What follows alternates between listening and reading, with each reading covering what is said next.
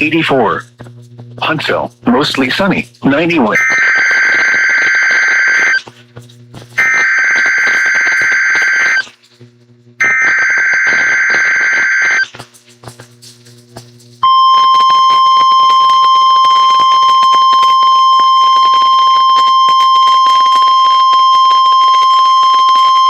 The following message is transmitted at the request of the Tennessee Bureau of Investigation. An Amber Alert has been issued on behalf of the Franklin County Sheriff's Office for Lily Hill. Lily was last seen on July 29, 2026 in Winchester, Tennessee. Lily is believed to be with her non-custodial mother, Cassie Hill. Cassie is wanted by the Franklin County Sheriff's Office for aggravated kidnapping, child endangerment, and felony evading. Lily and Cassie are believed to be traveling in a blue 2017 Kia Sportage with Tennessee tag 384 BQVJ.